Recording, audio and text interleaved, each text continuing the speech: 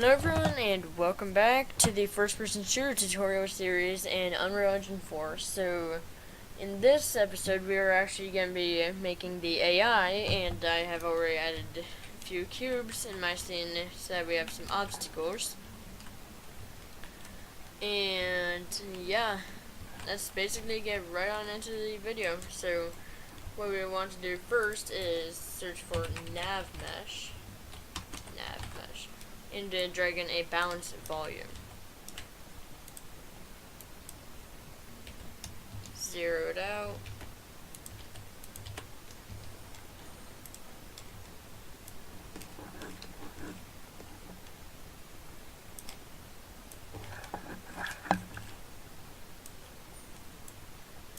And now you can press P2. You can go in and out of that view.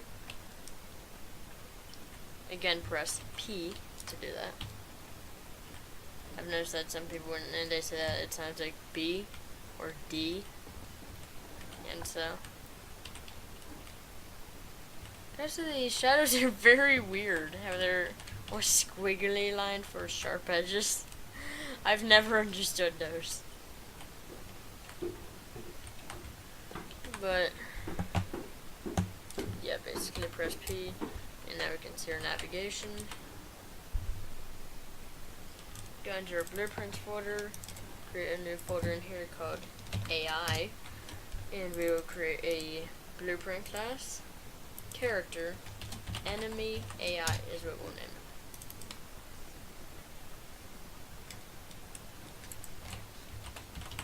it. And I just add a sphere.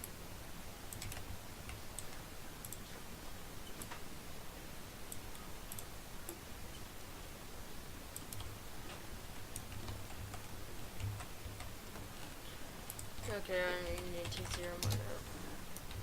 There.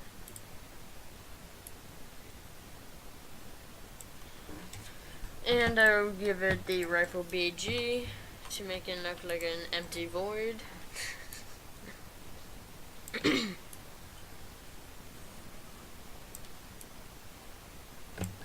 And now we have our capsule component shaped out to the shape of a sphere, so it maps our thing, our ball. And we will delete these, create a function called getPlayerLocation. I'll add my spacebar since I clearly did not know what a spacebar is when I was typing that just then. And my bad, did not drag that output. Create two.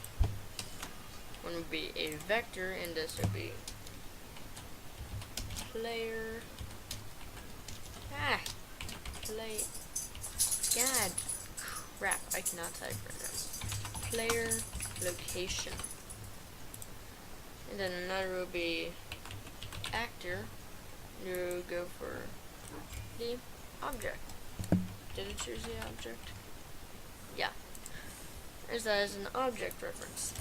We'll name this player actor. Now we will get player character, get capsule, then get the world location of that capsule component. Drag that in there, duplicate this, put that in there, compile, and then an event graph we will actually add in from the events we so stupidly deleted. Well, I'm not gonna put that on you guys, I'm gonna put that on me. So what I so stupidly deleted, event tick, get player location, call that function, and then we're going to go AI move 2.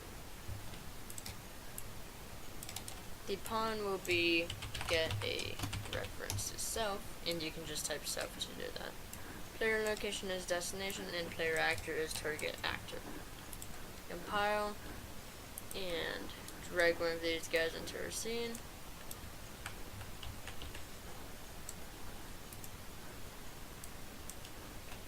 He looks nice and happy. And as you can see, now he is following us. Now this AI isn't perfect, it won't jump. Ow. I just landed on it. That would actually probably break your ankle. Fun fact. If you are jumping, if you jump too high, it will just lose your location and it will wait until you're grounded. So if you do what I did in my game and to just have it where you just didn't tell the player, hey, this will confuse the enemies, then it will make them think of it as a power-up. Use a problem in the blueprint to your advantage. And as you can see so far, it is not doing anything at all. It just bumping into us, being incredibly rude for that. Get the frick out of here, piece of crap. Yeah, and we cannot destroy it, so what we'll do is hop back into our event graph in the enemy AI, create a variable, name it health.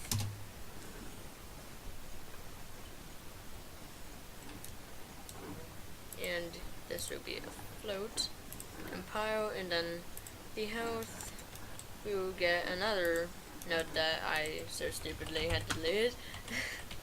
Events begin play. Set health. I always do this as kind of an anti-hack mechanism. People can't really cheat if it's setting the health automatically, unless, of course, they hack into your engine or some crap. But that is not very likely. So we'll just set the health to 100. And don't tell me that even it was the last one that I stupidly deleted. I'm hoping event hit was not the one that is in between event tick and begin play. That would be awful.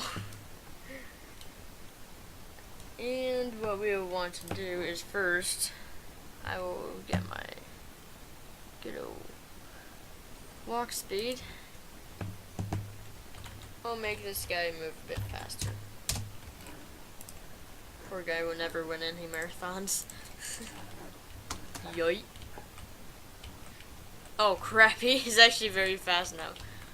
I think he's like maybe 50 units less in speed than the player. And he looks mad when he's chasing you. Not sure how a void can be mad, but don't ask. Create a event which will be event hit. And what we'll do is branch and get other component, drag that and go component has tag, put that into condition. The tag will be projectile. If it's true, then it was hit by our projectile, and it will set health float minus float, create one of these, and get health. It will be the health minus 25, so it takes 4 bullets to kill them.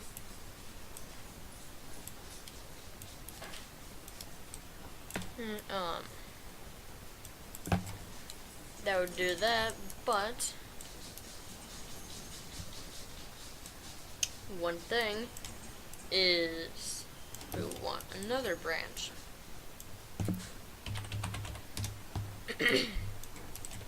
And we will this time get a float more than float. So if the float is more than 0.9, we'll go that so that it will still be fine if it's like, if the, crap, 0.9. So it'll be fine if it's still, like, say, set to 1. If you guys have an odd and not even, well, technically 25 is an odd number, but it eventually gets evened out with 100. So if you guys have, like, say, 14 or some crap, then it will sometimes get these weird numbers, and so if it's 0.9, then it's more than well, if it's more than 0.9, then it can be 1 and they'll still be alive. However, if you want to go very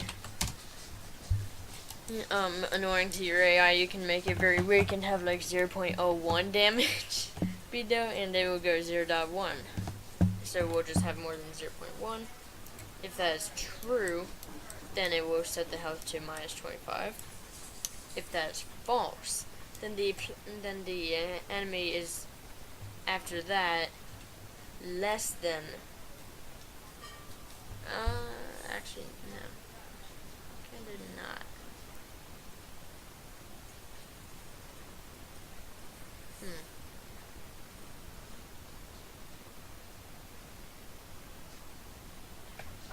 Maybe.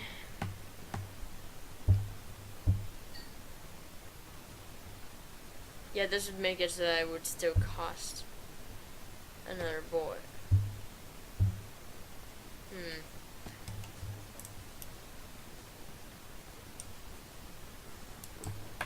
Okay, I know what I'm gonna do.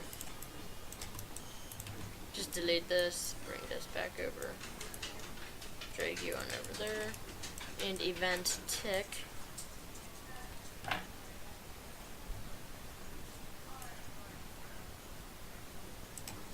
And we'll get branch.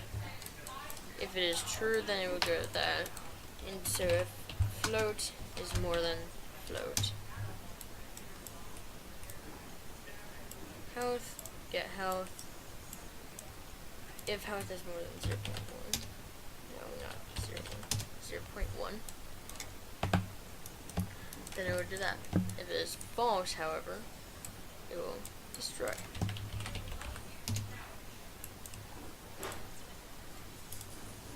And now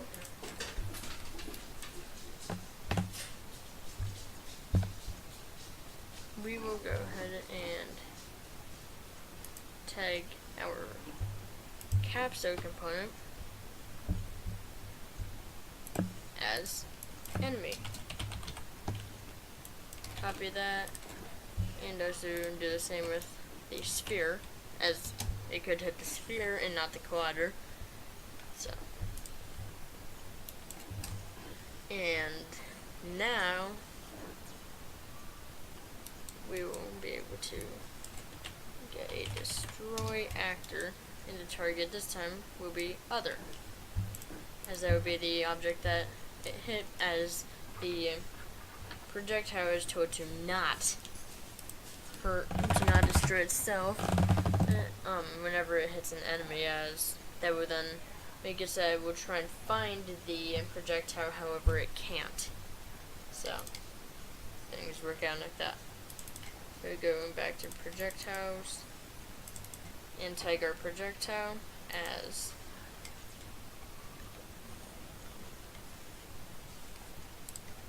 projectile, because that is what the enemies look for. So then compile, and now 3, 4. Ah! Not cool. And now you can see that you can end up killing the thing. I need to make that thing not so fast. Like, this sucker is freaking fast. The max walk speed. I'll go walk speed. I'll limit it to 750. Play. 2, 3, 4, and 6. I know it goes 2, 4, 5, 6, but I had shot 2 bullets. Why does it take 6?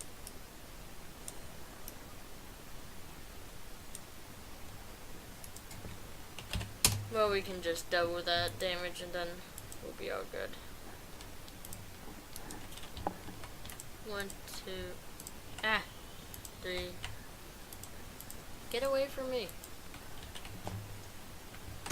Okay, I cannot count the amount of wind bullets it took, but either way, now we have our AI moving. It takes damage. And yeah, that's basically the end of this episode. If this tutorial helped you guys out, make sure to smash the like button, subscribe, and turn on notifications. And yeah, I guess I'll see you guys in the next episode. Bye!